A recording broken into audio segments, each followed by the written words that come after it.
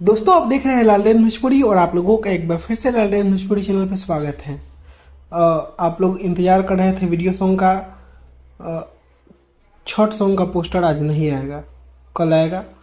फिलहाल आप लोग कल वीडियो सॉन्ग देखिए। और वीडियो सॉन्ग किसका? तो एल्बम सॉन्ग का वीडियो सॉन्ग। एल्बम सॉन्ग का नाम पढ़े अब पटना। जी हाँ दोस्तों, इसका वीडियो शूटिंग कल ही हुआ था और जल्दी जल्दी में इस गाने को रिलीज किया जा रहा है, इस गाने के वीडियो को।